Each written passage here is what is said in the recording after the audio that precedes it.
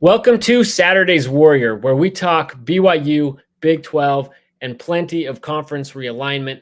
In fact, we've been doing a series called the ACC Spotlight, where we have been going around the conference talking to other YouTubers and podcasters from each of the member schools to get their take on realignment and the future of the ACC.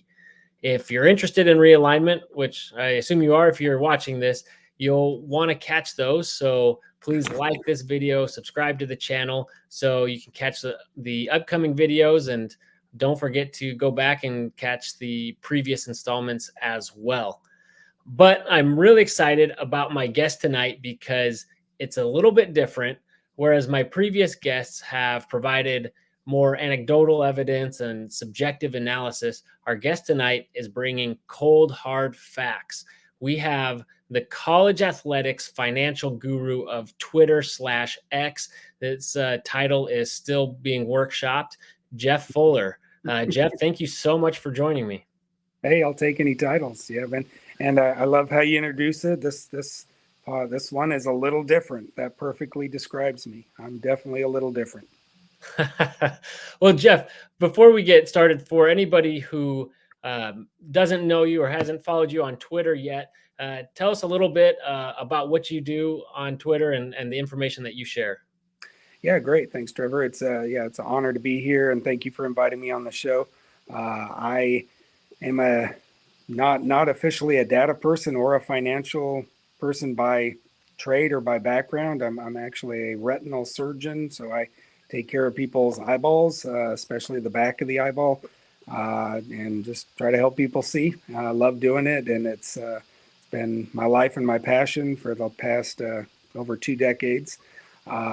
I've got a few hobbies as well. I love college sports. I love college football especially. I live in Tuscaloosa, Alabama. Happens to be a little bit of college football love in this area. It is life here. Went to BYU and came to after graduating BYU, came to Alabama, and I loved football already. My first game as a BYU student was the 1990 win over Miami. So Ty Detmer's win over Miami, first game in LaVell Edwards Stadium, and just been hooked ever since, and I just can't quit it. So merging some of my loves of college football, BYU, and then I actually almost ended up as a medical scientist. I started in an MD PhD program and love statistics and just analyzing data and such.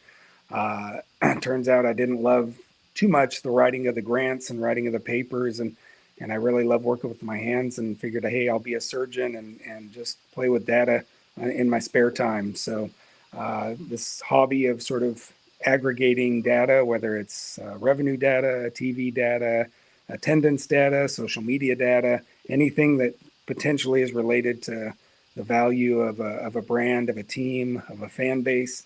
That's sort of where I look and try to aggregate it. And I've learned some general principles, and I feel like I've got a good feeling of who are some of the most valuable fan bases and programs out there. Well, awesome. Yeah, I think that's it's hilarious that or maybe hilarious isn't the right word, but you not even having a financial or analytics background per se, but this is just your hobby, like all of us doing this. So, and I'm glad it is, because I've benefited from your analysis and research and gone through and looked at that and downloaded that or used that in videos in the past. So I appreciate it.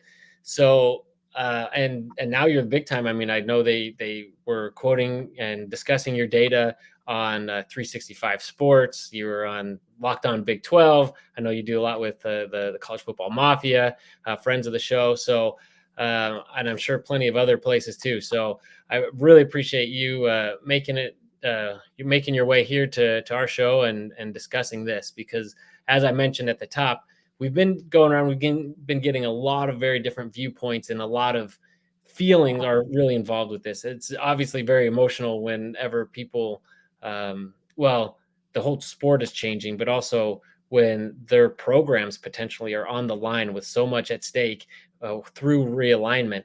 And so it's very interesting now to be able to come in and take a little bit more of a look at the facts and figures behind what's driving realignment, but also what might make different teams more valuable, perhaps to different conferences, and what might actually, what the data says might actually happen in realignment as opposed to what we think or feel and in our guts. So with that, before we get too deep into that, Jeff, you prior to the show, you mentioned that you could give us a little overview of the data that's out there and where it is and how we can access that and see that for anybody who's interested in, not just wanting to sit by and take the words of somebody online, that they can go in and take a look at the data themselves.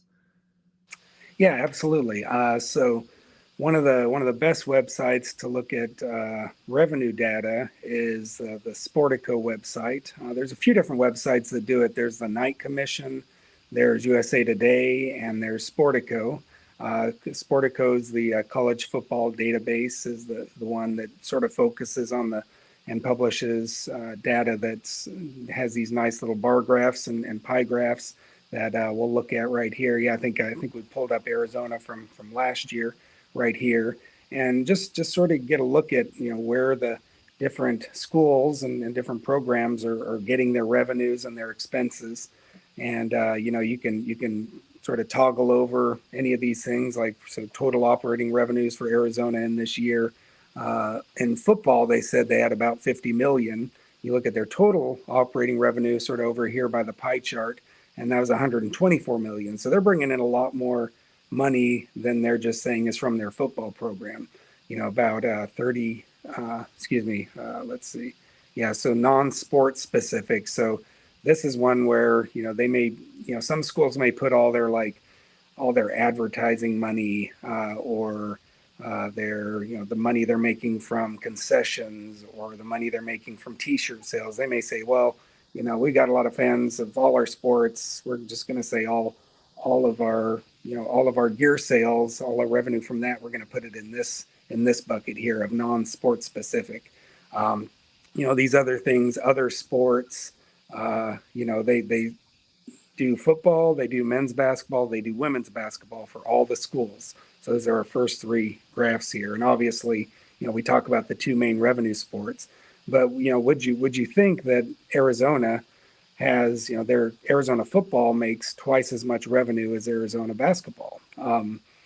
Arizona basketball, that's like the biggest brand, the hottest ticket, in maybe west of Texas or west of the Mississippi, maybe even. That one sort of surprised me that they're saying that football revenue drives the show.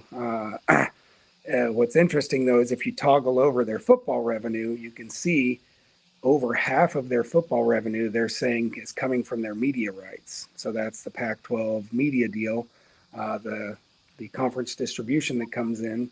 They're saying, well, the vast majority of that money obviously is due to football. So if we think about this, Arizona is getting more revenue from their media rights deal, 26 million here, than their entire basketball program is producing in a single year. And honestly, most of that value from the media deal is not from Arizona football. It's from USC football. It's from the LA media market. It's from Oregon football. It's from, now, Deion Sanders in primetime, the association with those bigger brands and what drives the eyeballs. So it's just interesting to sort of look at these numbers and then think about, well, where's the money really actually coming from? So that's just one school there. I've got tons of tabs up here. It's probably going to get a little wonky, but let's see if I can pull up the next one. Arizona State. They have 56 million here in football revenue and smaller in the other areas, but still, they're saying over half their overall revenue is coming from not football in some form or fashion. If we go to the next here, here's Alabama. That's a pretty big school, pretty big football program. Not shocking here, their football revenue is massive, 129 million. So their football revenue here in Tuscaloosa is more than the entire revenue of the athletic departments from Arizona and from Arizona State. And when I say, that's where the football revenue is from, in Alabama, it's pretty believable that that's where most of the dollars are coming from. But still, they have, this is a pretty big figure, almost 36 million in non-sport specific revenue. Um, men's basketball, 20 million, 20 and a half million. That's pretty reasonable. You just go, on and look through these, and you can toggle over that. Then you can toggle over something like media rights. So you actually toggle over the different part of the pie graph, and Alabama is saying, well, in their SEC contract, their media rights money that they're getting, they're only saying 27 million of it is allocated to football, about 10 million to men's basketball, and about 17 million to other sports.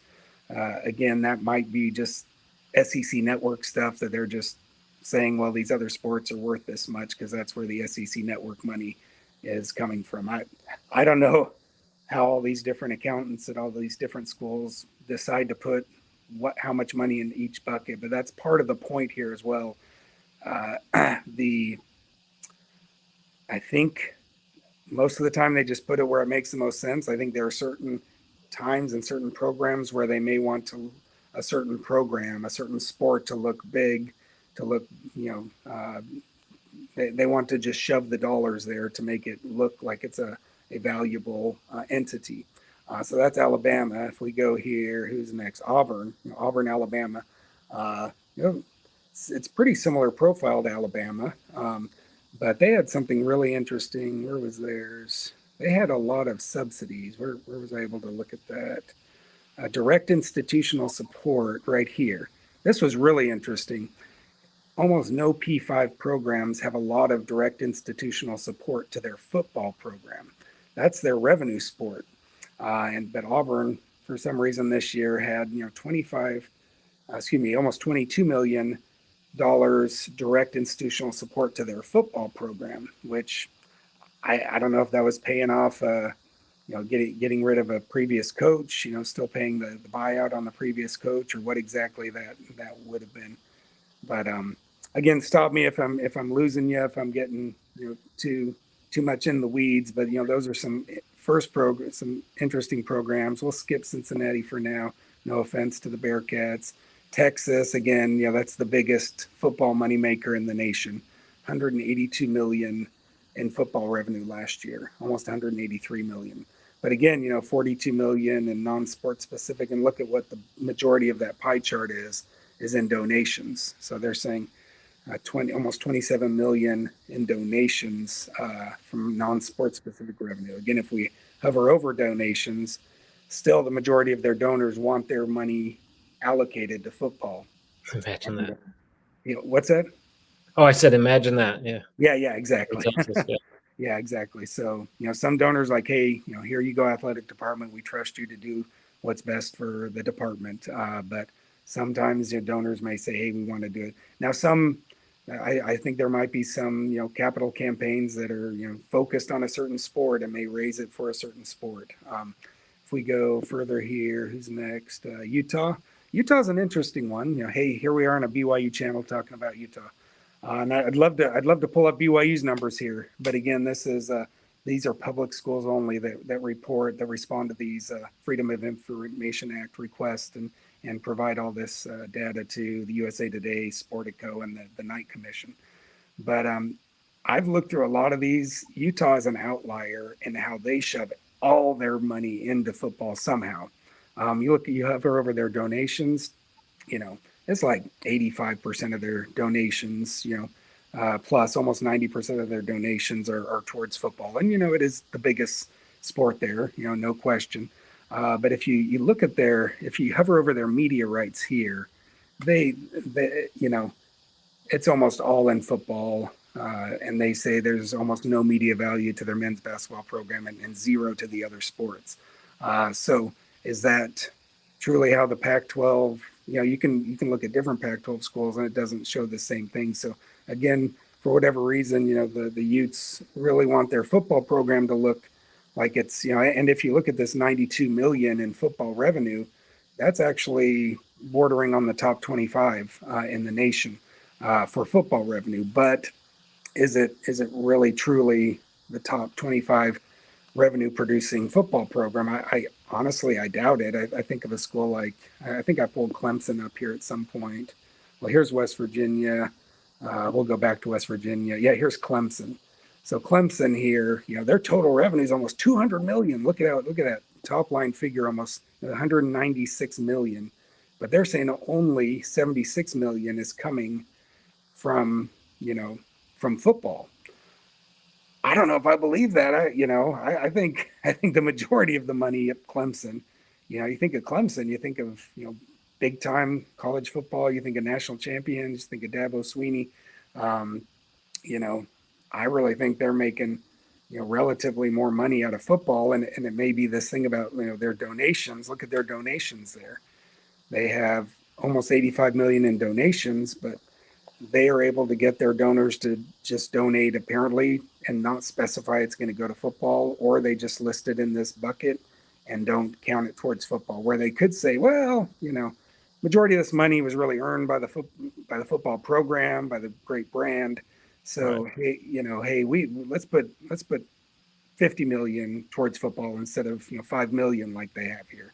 And if they did that, their revenue number would be way higher than Utah. But we go back to Utah here, and they're 92 million, so they are listed as a more valuable revenue football program than Clemson based on these numbers. But again, that's just something that doesn't pass the smell test. So it's I see people quoting these numbers all the time, saying, look how valuable our program is. I think looking at the top line number of overall revenue is important.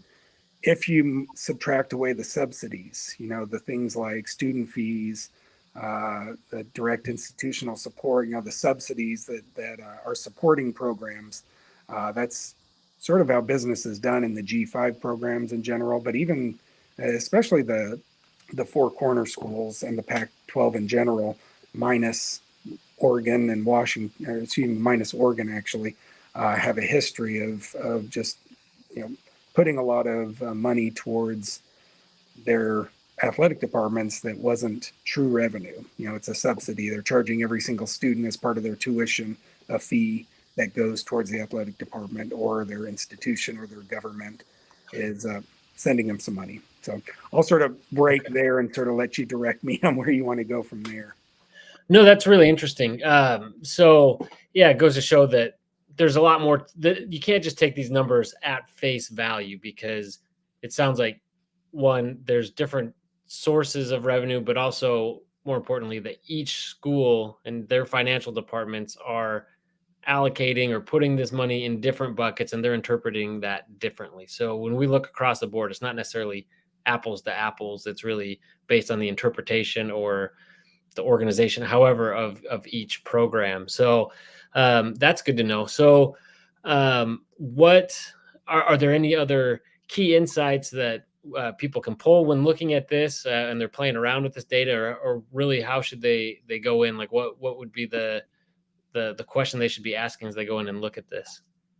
Sure. I think this is useful just to play around with the numbers and sort of just see where where your school fits. If you're at a public school, EADA, now they're the Equity and Athletics and Data. I forget exactly what it stands for, but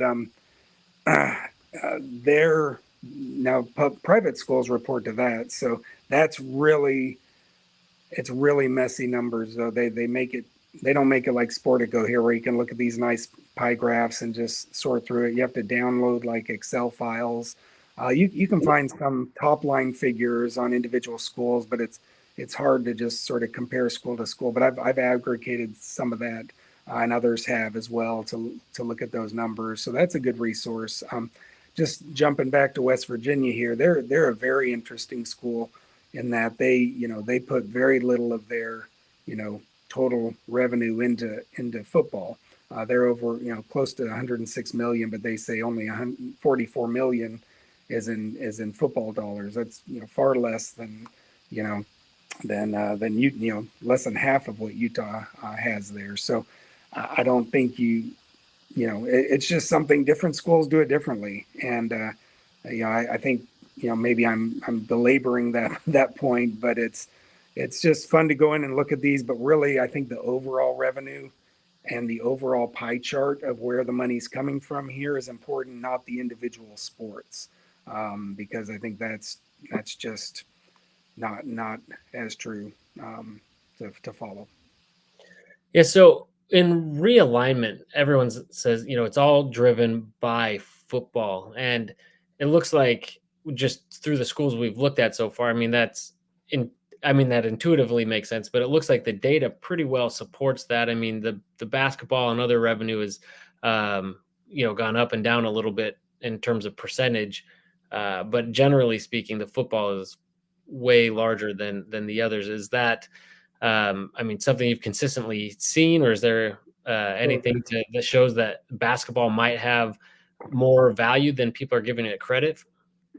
So yeah, that's a great question. There's two sides of that question. Are we talking about value to the department, or are we talking about value to a media company and potential partners that may want your TV contract and your media deal?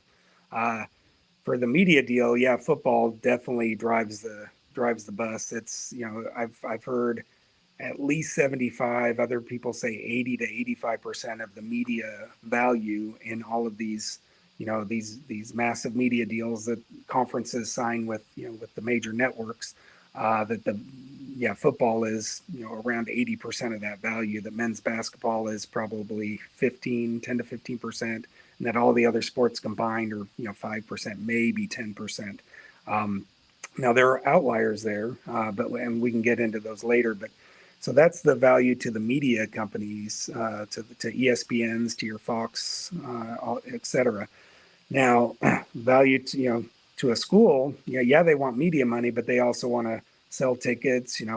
If you look at ticket sales money, I looked at a 6-year ticket sale figure for Kansas, and they pulled in 77 million from their men's basketball program, and I think it was only like 25 million from their football program over that 6-year period.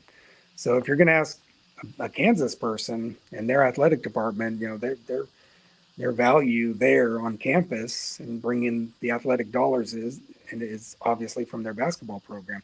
That's a big part of their media value. I don't think you can say Kansas's media value to, Fox and ESPN in the Big 12 contract, that their basketball program at Kansas is only worth 10% of of Kansas's media value. Obviously, there it may be more 50-50. Their football and their basketball may be more of a 50-50 value to a media company between those two sports. So Yeah, that's a good point. Case by case.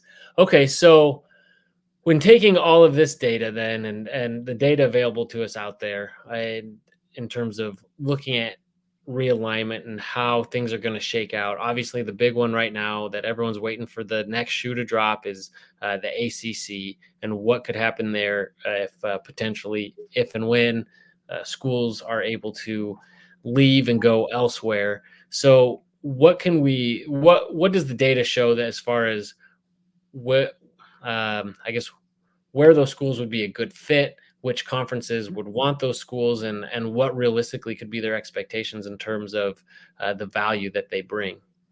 yeah, great question. It's clear that there's 2 or 3 schools that do not want to be in that conference anymore. They've made it painfully obvious through lawsuits, through their messaging, through just the strife that's been there in that conference for the last couple of years. Led by Florida State and Clemson, and now UNC, the 3 schools who voted against the addition of Cal, Stanford, and SMU. So obviously, those schools feel they have a safe landing spot, in the Super Two, within the Big Ten and the SEC.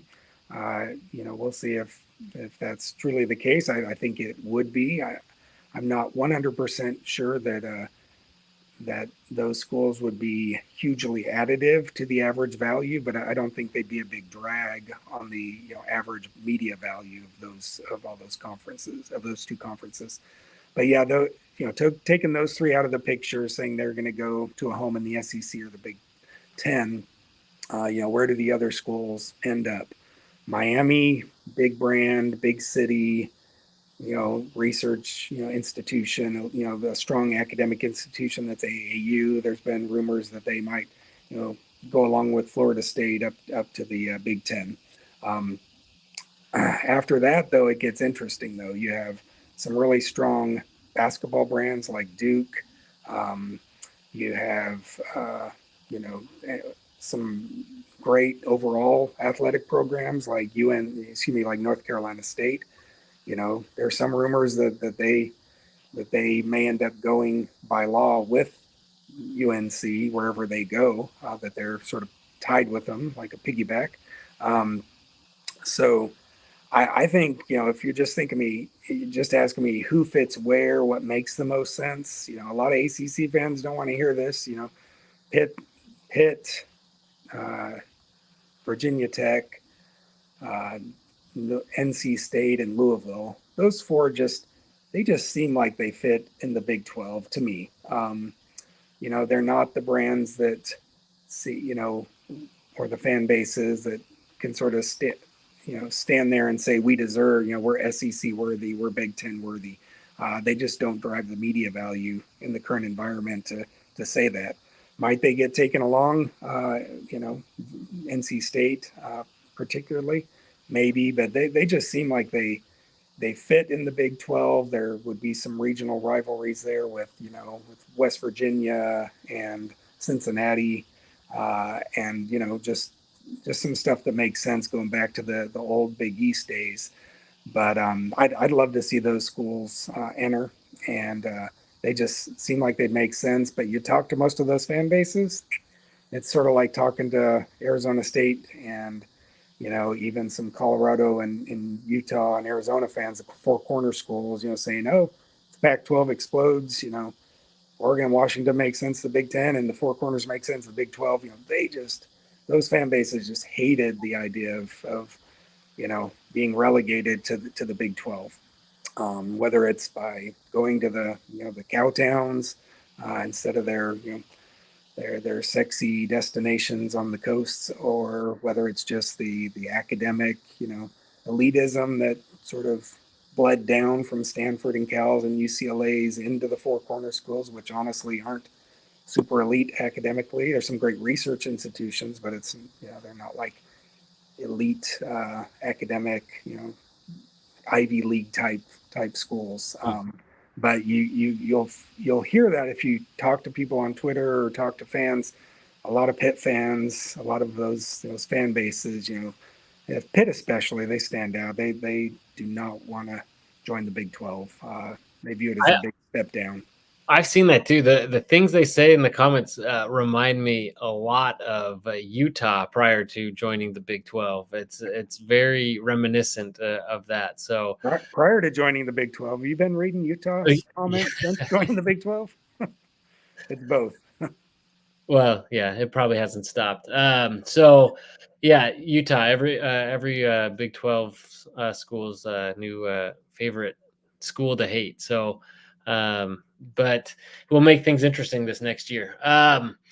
So, what in terms of how these teams are organized? I don't know whether it's financially or in terms of TV numbers or organized as a school. What they're like? How do the schools that are rumored to the ones that you mentioned, for example, from the ACC, how do they fit in with the Big 12? In those regards, are they structured much the same way? So a little differently, the athletic departments in the ACC are pretty built out to have lots and lots of sports and lots of student athletes, more so than the Big 12, more so than the SEC. You sort of have, you can almost look at the old alliance, that alliance where before Kevin Warren stabbed his Kliakov buddy in the back and stole USC and UCLA. And then later Oregon and Washington. Those three conferences are they've built athletic departments that are larger, that have more sports, and with Title IX, have lots of women's sports. And those three conferences tend to dominate in the Director's Cup, the Learfield Director's Cup points, which is a measure of, how many how close you get to national championships in all the sports. You know, a water polo national championship is worth 100 points, as is a football national championship. You know, they're equal in that ranking. So it obviously doesn't bear it doesn't track with any like media value or fan value at all. But Which is something that's like Stanford, right? Is yeah, usually, Stanford yeah. and Texas usually dominate that and have for years. But NC State is usually like a top 15, top 20 school. UNC, Virginia, those schools. A lot of Big Ten schools. Michigan's usually very high on that. Ohio State's, you know, not quite as high as those other schools. But yeah, a lot of the Big Ten and the Pac-12 and the ACC. That's sort of been their model, and those have been sort of the sister conferences with, you know, the Big 12 sort of always being like a mini version of the SEC. And that tracks in a lot of things. That tracks in fan passion and in attendance and football, percent capacity. You know, the Big Ten.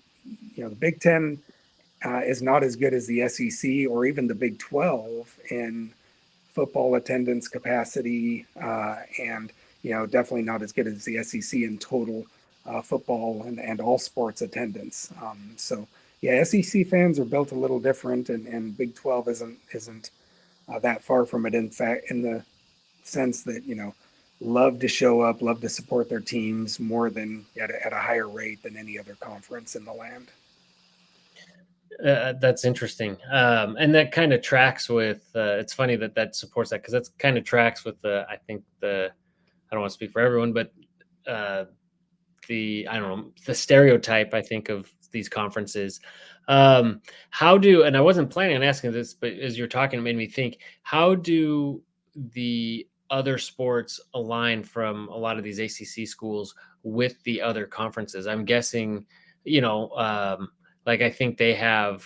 Um, like lacrosse is really big. I don't think the AC. I know the ACC doesn't have a lot of hockey, for example, in terms of like the Big Ten, where hockey is a big deal. How do they align with the Big 12 with a lot of those other non-revenue sports?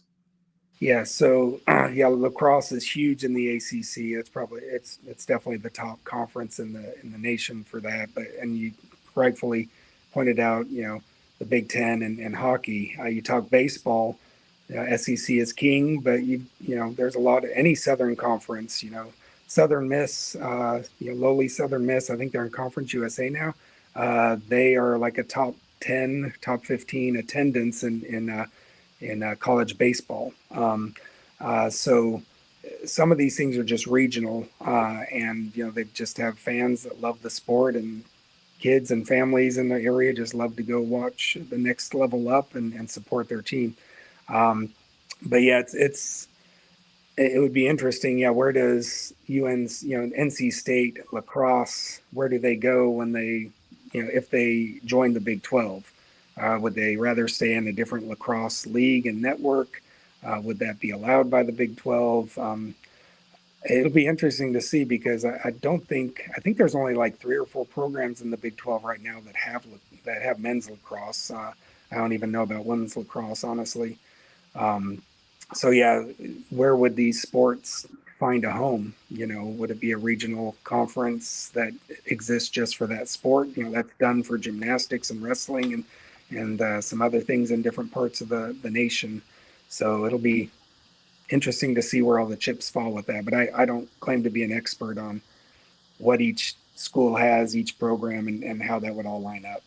Right. Yeah. I mean, you talk about Miami looking to and hoping to go to the Big Ten. You know, while the Florida Panthers are great at hockey, I don't think the Hurricanes have a hockey program. I could be wrong, but you know But that state definitely. does. Yeah, I mean that is one of the things that's been thrown out there, right? Is that people say, well, why can't football do all this realignment and just let the all the other sports go back to, you know, these smaller, more regional, more traditional conferences that we have? And so I don't know if that'll potentially, you know, at some point could happen, but right now it doesn't seem like the larger conferences that are ultimately driving a lot of the realignment, they're the catalyst behind a lot of it, have much incentive to do that at this point. Yeah, and I 100% agree with you. I think most fans, honestly, even of the schools who are in the you know, Super Two, the SEC and Big Ten, I think those commissioners and those presidents don't want to release the vice grip they have on the money, on the power, on the control right now of college football. But boy, wouldn't it be if they could somehow just exempt football from the NCAA and from Title IX. You know, there's no female equivalent to football. But Right. football, you've got 85 scholarships. That's a whole lot of women's sports that you have to support just to have a football team. Um, if there could just be some kind of exemption saying, hey, football, it's just a different deal. Yeah. It's on a different level financially, and yeah, let's do these big old conferences for high level college football. But yeah, let's let everyone else just play their local teams, their local sports. Unfortunately, what bleeds into it is this. I mean, I don't know another way to say it. Just this elitism of association, and not wanting to, Stanford not wanting to be affiliated with a San Jose State, even playing volleyball, even though it's just half-hour drive. Um, you know, they don't want to. They don't want to, or Cal, doing the same thing. They don't want to be in the same conference and be viewed as at the same level as those smaller state schools that aren't academically, on the same level. So that's sad that that's part of what has driven this through the years. But that's undoubtedly a factor in all of this. And so how do you think that that will impact, or if it will impact, with the ACC and potential in schools potentially trying to get into Big Ten and SEC? I mean, we know that the Big Ten, for example, has the AAU not requirement, but you know, Yeah. uh, kind of requirement, and then the SEC more lenient in that regard. But we know that they're very interested in having states that are all bordering and that are I know they're into, I guess, land grant institutions. How do those things? I mean, are there other factors there that we're not seeing? Kind of when you pull back the curtain, what's going on behind the schools um, that might make some of these schools a better fit in one of these conferences or the Big 12 versus other ones? Yeah, I mean, fans of most ACC schools can point to their athletic programs or their academic sort of level and say, "Hey, we fit in the Big Ten more than anywhere." Which the Big Ten is by far at this point, the academic highest level of all college sports right now. Yeah, So academically, like UNC, UVA fit right in. yeah, and but even Duke, I mean, Duke's an elite private school.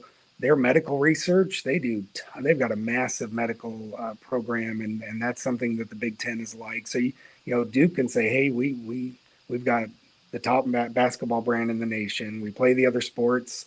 We're an elite research institution and academic institution. We fit. If Northwestern is there, hey, we deserve a spot.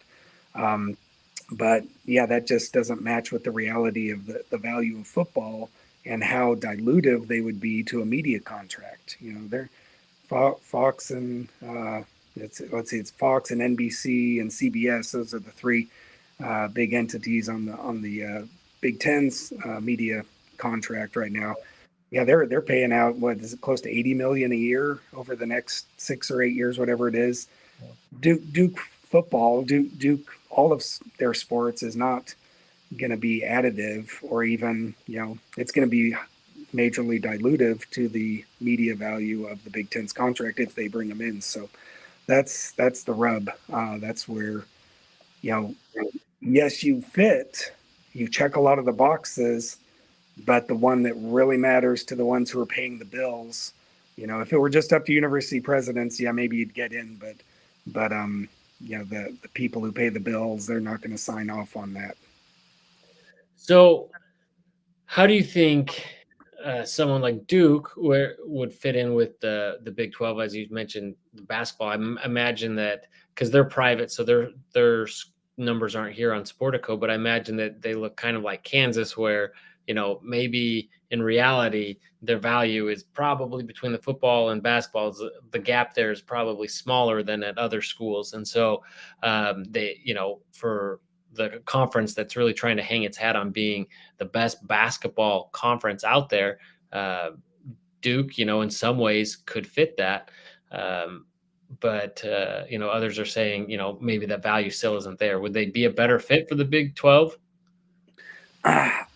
I mean, as a Big 12 fan, I would say sure, come on down. I think it's a hard sell, though. I think schools like Duke and Stanford and Cal and Virginia, I think I don't know if they would, if they could join the Big 12, just based on, I think they'd beg, borrow, and steal to get a spot in the SEC or the Big 10.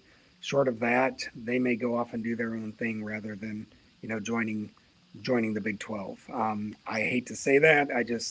I know enough about academics. I've been in academic circles most of my life, and that would be very embarrassing to most of those faculty, most of those administrators to have to join Big 12 with the academic profile that some schools have in the Big 12. As embarrassing as being left behind with Wake Forest and Boston College, that's what I know. Stanford and Cal, and I don't know who said no or who. I don't. It doesn't seem like there was much interest, but like the Big 12, it doesn't seem like that ever took off. No. And I don't know if it was mutual on both sides or if the Big 12 put out feelers and they just said no or. I was. I mean, I wasn't in on any of those calls. I would be shocked if the Big 12 extended an invite to Stanford or Cal. Stanford's a brand. Maybe it might have been one of those things that we won't even ask because we know what the answer is, kind of thing. But yeah, Stanford in the Big 12 just never fit, and I just think it's a non-starter on both ends. They don't have valuable football. You look at their stands in all sports, they just don't have fans. They're a small school. Yeah, they have amazing, but these endowments, their athletic endowment is massive. Their whole school endowment is, I think top 2 or 3 in the nation. So money's not a problem, which they proved by taking a reduced share of media money by joining the ACC. But yeah, I don't know what I'm trying to say, but it just doesn't fit. Is the best way. Yeah, no, and I think so. If that's any sign of what we could expect, that perhaps, UVA has a lot of potential outcomes. I could see them going to the potentially Big 10 or the SEC, but I could also see them getting left behind by both of them for, various scenarios, depending on a lot of dominoes and how they fall. And if UVA or someone like Duke or whatever, it gets to that point, like you were saying, with it kind of, if we learn from the way Big 12 approached it before with Stanford and Cal, it may be a sign that they think ultimately they're not. Go ahead. Yeah, I hate to interrupt, but there's a big difference there in that the other schools you mentioned have programs and sports that are valuable and fans that care. Stanford doesn't. Cal doesn't. Marshawn Lynch went to a Cal game a couple of years ago. I think it was pre-COVID, and he was walking around. He said, where the F are all the fans at? He's going back to his alma mater, and they are just not supportive of sports right now, and don't have a great history of doing that. Go way back when, sure, but in the last decade or so, no. Duke's different. Duke basketball is Duke fans. Funny thing about Duke, if someone went to Duke, you usually find that out within the first 5 minutes of meeting them. They're pretty proud of it. But it's Never heard of it. And Virginia, there's a strong tradition there of caring about sports, much more so than I would say, at Stanford or Cal. But maybe I'm exposing myself as someone who doesn't know everything. Well, yeah, UVA, I think At least in terms of football, has I think taken a hit as of late. Even our guest that we had on from the UVA fans we had on the show to discuss them admitted as much. But yeah, I think there's definitely that potential there. So So uh, they're fair weather fans, but there are fans. They will yeah. come out. Stanford and Cal, they could be good at some sports and people won't even come out. So ultimately, looking at all that, then I mean, you've already said you think that the best fits are Virginia Tech, Pitt, NC State, and Louisville. Is that right? Those are the four, and those are often thrown out there, rumored. I agree. I think I think all those would be a good fit in the Big 12, or at least bring a lot of value and be happy to have them. Are there any other schools that you could see potentially landing in the Big 12? I mean, Syracuse is an interesting discussion. They're in a big state with a lot of people. They have had some high highs with that basketball program, especially. Um, they Boston College and Wake. Wake is. I do all these calculations. Look at all these, attendance, social media things. Wake comes up in the bottom two or three of every metric I've ever looked at for all Power Five schools. It's and that may be a slight exaggeration, but they just keep coming up as having like the smallest fan base, smallest alumni base, smallest enrollment, etc. Of essentially all the power schools. So they are they look like they're on the chopping block for this consolidation world. Boston College isn't terribly far behind them, but they have a better market as far as population wise. Um, so yeah, that I think Syracuse makes some sense. Georgia Tech, similar to Boston College, big market. It's in a better part of the country to care about sports, but and they have pretty good athletic endowment and pretty good revenues as well. So they're definitely down in football and have been for a while, but they might have some more potential. I would say that Syracuse and Georgia Tech are sort of the next two to think about, along with Duke. Um, but after that, yeah, it's quite a step down to Boston College and definitely down to Wake Forest. No offense, Demon Deacons. I just look at the data. So how do and I don't know if you have any of that, but at the ready, but how would those other schools in those regards, in terms of fan interactions and things from the ACC, stack up with the Big 12? Yeah, so looking at social media data, Duke basketball has more social media followers than any college football program in the nation. So there are like 4.3 million total followers. And if you look across all the different, the Twitter, Instagram, Facebook, I forget if there was one more, TikTok, I think was in there. Uh, so yeah, Duke basketball is massive as far as followers, and social media interactions as well. They're a top 10. You look at all the social media interactions in all the sports over about a 5-year period. Duke is definitely top 10 on the strength of their men's basketball program. So that's something that really stands out. Other ACC schools, it's highly variable. I think there's some solid schools in there. UNC does okay. Um, Obviously, Florida State and Clemson. Clemson is a top 10 social media school over the last 5 years. But they had a football national championship during that time as well. Sure. So that really boosts those numbers both in followers and in interactions. So Florida State's not as high as you'd think, but they're solid. Interesting. Well, very interesting. I'd love to always see that data and see where everyone falls in. And it's even better when there is data with the private schools and see how BYU compares. Um, but Sorry, I know I hate yeah, to switch the subject just by changing my that's screen here. Look at Connecticut here. Um, Total revenues 93 million. Look at what obviously they throw most of their money into their non-sport specific, and most of that, look at that, direct institutional support is their biggest. That's their biggest income. So university is throwing $30 million a year at their athletic program to support them.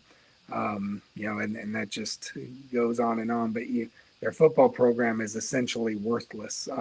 6 million. Obviously, they're an independent school. They're not part of a. They don't get conference distributions. They get zero in media rights. Look at that, zero in the media rights there to the right, from football. Their men's basketball is worth much more, and even their women's basketball is. This is, I believe, this in South Carolina are the two highest women's basketball revenue producing schools in the nation. Tennessee does pretty good, and recently Iowa obviously has been coming up over the last couple of years. So again, just throwing out another random piece of data. I'm sorry if you're tying things up, but no, that's a good point, because UConn obviously was rumored for so long, and we know Brett Yormark was very interested in bringing them into the fold, into the Big 12, because of basketball, which is obvious. I mean, we just saw them win a second men's national championship. Obviously, their women's basketball, but their football, I think that's very telling. If your football is below your basketball, something really wrong is happening. But as you mentioned, they're not getting the TV revenue, which is a big part of all the other revenue going into these other programs. So if you're looking at these other schools and you strip away the TV revenue, how would that compare with UConn's? Is UConn still really low, or would it be more comparable? So part of what's part of why they're surviving and at UConn is because they're committed to supporting these programs, and I think they're investing in their program, trying to keep their athletic departments afloat until they get a power conference invite, and they've been sort of looking for that for a while. And so I think there is something to these discussions and negotiations that maybe have happened, but we'll see. What could they be with the media dollars? And that you bring up a great point. You have to look at, like a school like, let's say, Vanderbilt or Northwestern. They're going to list, wow, look at all this media money we brought in. Or same thing with Washington State. Hey, look at all this media money we're bringing in through our media contract. That's honestly, that's more the credit of USC, Oregon. We talked about that before. That's where the media dollars are mostly. And so, yeah, you do sort of have to strip away some of the conference distributions to look at more pure numbers. Better numbers to look at for the value of a program are ticket sales. And that correlates strongly with men's basketball and football attendance. That's one of the strongest metrics. People say, oh, people put too much value on your attendance figures. That's huge. Those are fans who show up, they're paying money, they're buying gear. It's a strong representation of your value as a program, and your financial viability going forward is how many fans are showing up to your games. And some people really poo-poo that, and they say, oh no, it's all do you draw the eyeballs, what's your average viewership. That's important, yes, but I think people are underselling the importance of attendance in general, because it bleeds into so many other important financial factors. That's interesting to see what the correlation there would be, as maybe ticket sales or attendance as an indicator of success in these other top metrics in terms of value of these programs. So, okay, so to summarize, along with Sportico, what would you say would be the most important,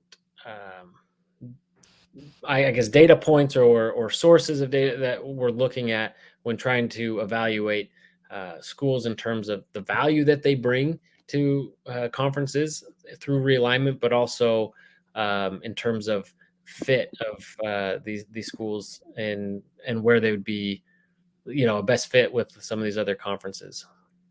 So Skull Sparks, I'm pulling up that website right here. There's this, I think it's the analytics tab at Skull Sparks. So is this coming up here? Okay, yeah. Yep. So you can look at, they used to have a lot more data, and you have to sort of go back and do some Twitter searches to find it, because once Elon Musk bought Twitter, they stopped allowing, it's like an API data. I don't understand everything, but they can no longer track Twitter interactions for all these schools, and so they've sort of dumbed it down to just looking at, the recent data is just total followers. But if you look at, men's basketball here, you can click on this, it'll take you to the tweet, and it's loads of data, and it's an image, so you can't just copy and paste it. But yeah, look at, here's Duke's total followers in social media, over 4 million there. And that's, as of just, I think it was just in January or February of this year. If we go back and look at, and, you can look up your team, that's what everyone does, right? Look up your team. If we go to college football, total followers, not just TikTok here. So obviously, your bigger programs, Alabama, LSU, Michigan, Ohio State. But again, Alabama is the only one who crosses the 4 million follower metric. So that's just an interesting thing to do, to look at all these things. So Skull Sparks is a good one to look at social media data. Obviously, Sports Media Watch, looking at TV viewership, but that's pretty cumbersome unless you know what you're looking for. There are some sites that have aggregated some of that data. Zach Miller, I think medium.com has done an annual update to that, and there's some other sources that do that. Those are some of the bigger ones that I look at.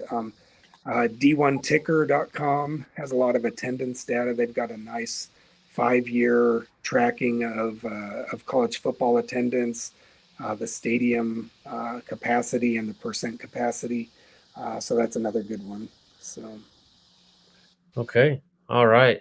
And in terms of this, I know, I mean, it sounds like there's not much we can do about it now on Twitter, but I mean, you've pointed out in terms of overall followers, that number can be skewed anyway. We all know there's bots and other things. And so And it's it and it's a lagging metric as well. People don't go and unfollow a team very often. They'll just follow another team they like. So it's followers is a lagging metric. I like interactions, and I have a lot of the interactions data that SkullSpark used to relieve sort of archived, and because that's more what's happening in the more recent, the now. So. yeah, for sure. Well, very good. I really appreciate your time and breaking all this down for us. I think there's so much good data out there, but it's just a matter of getting our arms around it and making sense of it. And glad that we have you to help us do so. So, Jeff, how can everybody follow you and get all your insights and everything? So mainly just my Twitter handle at JJFuller72. I think it's been listed there the whole show.